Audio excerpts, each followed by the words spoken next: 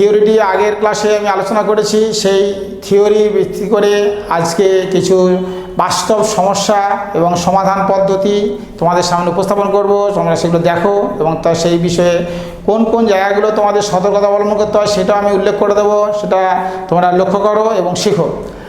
প্রথম সমাধান করো 1/x minus a minus b is equal to 1/x minus 1/a minus 1/b। তো এটা সমাধান করতে গেলে প্রথমে আমি ঠিক করে নিই যে এখানে চলরাশি হচ্ছে x, আমরা x এর মান বের করব। তো x সমান চিহ্নের দুদিকে রয়েছে, দুটো পদ, একটা বাম দিকে একটা ডান দিকে। তো আমরা প্রথমে ওই চলরাশিগুলিকে সমান চিহ্নের একদিকে নিয়ে চলে আসি এবং ধ্রুবক পদগুলো আরেকদিকে নিয়ে যাব, দিয়ে পরপর কী হয় স্টেপটা আমি সমাধান করছি তোমরা দেখো। এখন 1/x minus a minus b is equal to 1/x minus 1/a minus 1/b, বা 1/x minus a minus b minus 1/x is equal to minus 1/a minus 1/b, বা বাম দিকটা লসাগু করলে আমরা পাই x into x minus a minus b। এই লসাগুটাকে ভাগ করলে কী পাবো, x মাইনাস, এটা ভাগ করলে কী থাকে, এটা 1 দিয়ে গুণ করলে -x plus a plus b is equal two, এদিকে লসাগু হচ্ছে ab, তো -b -a। এবার দেখো বা x দুটো কেটে গেল, তাহলে এখানে থাকছে a plus b by x into x minus a minus b is equal to minus of a plus b by ab। তো লবে a প্লাস b আছে বাম দিকে এবং ডান দিকে দুটোই, তাহলে a প্লাস b দিয়ে ভাগ করতে পারি, কারণ a প্লাস b তো 0 নয়, ধ্রুবক সংখ্যা, দুটো ধ্রুবক সংখ্যার সমষ্টি, শূন্য হবে না, অতএব কেটে দিই, দিলে বা 1/x into x minus a minus b is equal to minus 1/ab।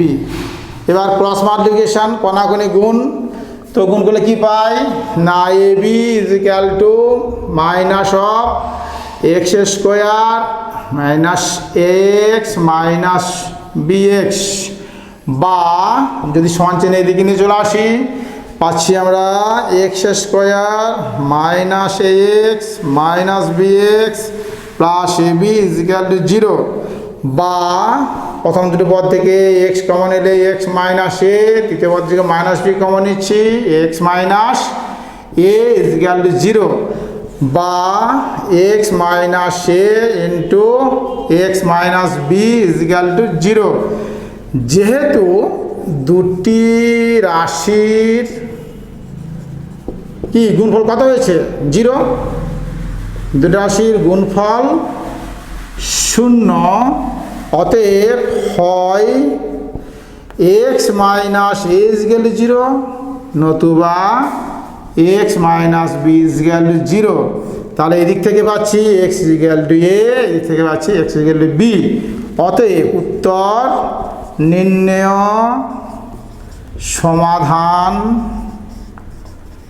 x is equal two a b, এই দুটো মান পেয়েছি। তো আমাদের এখানেতে লক্ষণীয় বিষয়গুলি হলো 1 নম্বর, তোমরা লক্ষ্য করছো 3 নম্বর লাইন থেকে 4 নম্বর লাইনে যখন গেছি তখন এখানেতে মাইনাসটা মাঝে রেখেছি, লবেও রাখিনি হরেও রাখিনি। কেন না, যদি a plus B by X into X minus A minus B is equal to minus of A plus B by A B রাখতাম, তাহলে তখন বলছি সমান চিহ্নের বাম দিকে সংখ্যা ডান দিকের সংখ্যা সমান আছে, কেটে দেবো, তো এইটার সঙ্গে কেটে দিতাম, দিয়ে পরের লাইনে আবার লিখতাম 1/x square X into X minus A minus B is equal to minus 1/ab।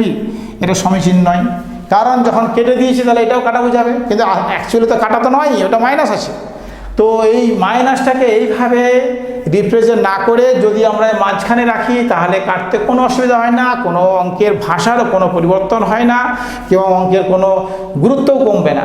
অতএব এখানেতে আমরা এটা মাইনাসটা মাঝখানে রাখবো, 1 নম্বর। 2 নম্বর, আমরা যখন কণাকণি গুণ করেছি, আমি বললাম কণাকণি গুণ করব, সমীকরণের ক্ষেত্রে কণাকণি গুণের সময় কোনো বাধ্যবাধকতা নেই, বাম দিক থেকে করতে পারি বা ডান দিক থেকে করতে পারি। তবে আমাদের একটা অভ্যাস, সেটা সাধারণত সব সময় সেটা প্রয়োগ হয়ে যায় যে যদি আমরা বাম দিক থেকে করি তাহলে সেই অভ্যাসটা রয়ে গেল। কোনো সময় দেখা যায় যখন অসমীকরণ থাকে তখন যদি এইরকম বাম দিক থেকে না করে ডান দিকে গুণ করে দিই তাহলে একটা সর্বনাশ হয়ে যায়। দেখো তোমাদের কাছে উদাহরণ দিই একটা, 1/2 আর 1/3, এই দুটো সংখ্যার মধ্যে কোনটা বড়? তোমরা নিশ্চয়ই বলবে 1/2। হ্যাঁ ঠিক, অবশ্যই 1/2। এবার যদি আমরা কোনাকুনি গুণ করি তাহলে কি, যদি গুণ করতে গিয়ে এই গুণটা আগে করে দিই, এই দিক থেকে এই গুণটা, তাহলে 2 > 3 হয়ে যায়, কি সর্বনাশ হয়ে গেল, এটা ভুল। তো সবসময় বাম দিক থেকে ডান দিকে গুণ করলে এই অভ্যাসটা থাকলে এখানে তো সেই অভ্যাসটা এসে যাবে, তখন আর ভুলটি হবে না। সেই জন্যই আমরা এই যে বাম দিক থেকে আগে গুণটা করলাম, এটা গুণ করলেও ভুল হতো না, কিন্তু অভ্যাসের জন্য করলাম। তৃতীয়ত, এখানে একটি আমরা তোমাদের দেখেছি যে এই ভাষাটা অনেকে লেখো না, বা লিখলে লেখো দুটি উৎপাদকের গুণফল শূন্য। উৎপাদক গুণফল শূন্য হয় না, রাশি, দুটো রাশির গুণফল শূন্য যদি হয় এই রাশিটা শূন্য, অথবা এই শূন্য হবে। সেই জন্য এই ওয়ার্ডটা লিখবো দুটি রাশির গুণফল শূন্য। এবার এখানে মান বের করার পরে সমাধান করার সময় যে প্রাপ্ত মানগুলো পেয়েছি সে মানগুলো পরপর লিখতে হবে, এই জিনিস সতর্কতা অবলম্বন করবে। এই হলো প্রথম সমস্যা। এই সমাধান করার পর আমি আবার দ্বিতীয় সমস্যা তোমাদেরকে দেখাবো।